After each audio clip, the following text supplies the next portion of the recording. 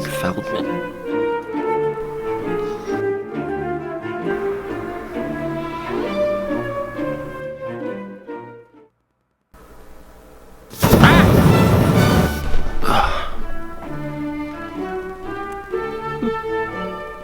You're getting quite good at this.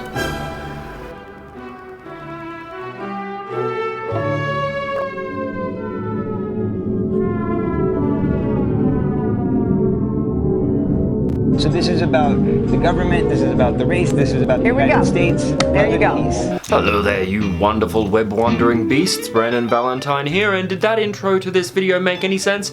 No, but it makes more sense than this fucking song. So Corey Feldman, yes, that Corey Feldman, former child star from the 80s, Gremlins, The Goonies, has very quietly and under the radar released a new song this year with his new track, Rocking Revolution, dipping his toes, assumably by the cover art, into Americana freedom rock. Now, if you know anything about the musical career of Corey Feldman, you'll know that in 2016 he released a remarkably ambitious album, Angelic to the Core. Anthony Fantano of The Needle Drop dubbed this album the worst album of the 2010s.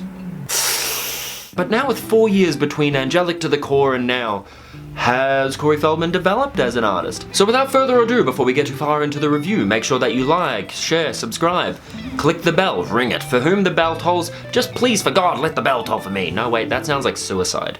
That's a lot of information very fast. I've had too much coffee.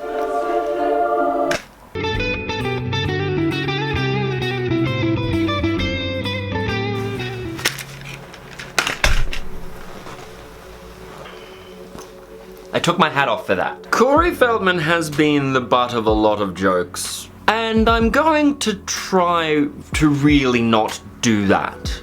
I'm going to go through this like it is any other music review. I'm just going to analyze it and give you my honest and earnest opinion to the best of my ability. That being said, this is rough.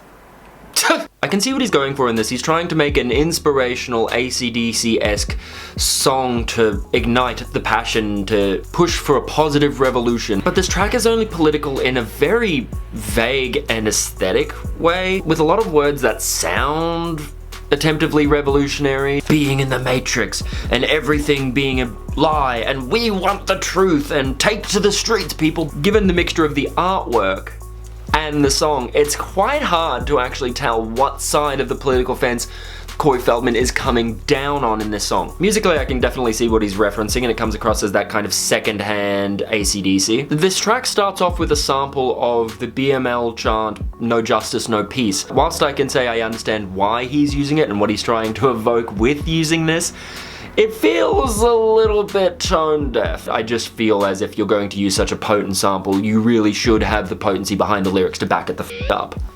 But once we kick into the intro of this song, the rhythm.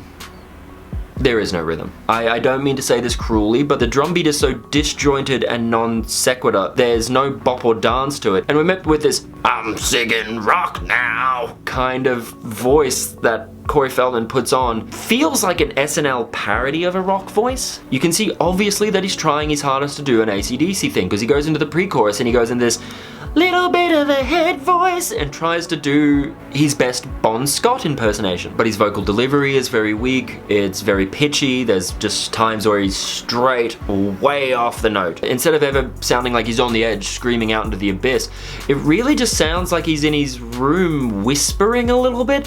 It sounds like he's very nervous about this voice, which is the one thing you can never be with a rock vocal. You can't be shy about it, you can't be small about it, you have to be fucking bombastic. And some of these fucking lyrics, "We need a guitar shredding militia."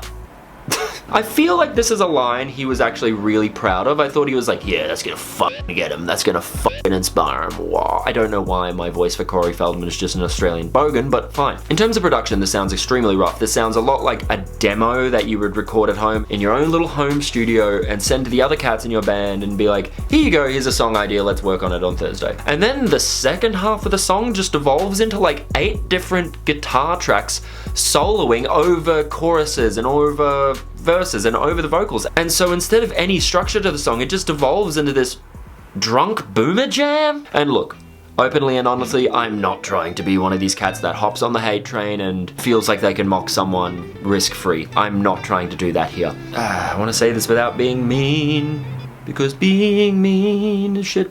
Nothing in this song is right. It's a bad song, it's a bad recording, it's a bad performance. Look, Mr. Feldman, if you're to lay eyes on this review, know that I say this with love and this criticism comes only from a place for thinking I would like you to do better in the future. Honestly. Because no one would release this much music over this long a period of time without genuinely wanting to do it, without genuinely loving the act of doing it.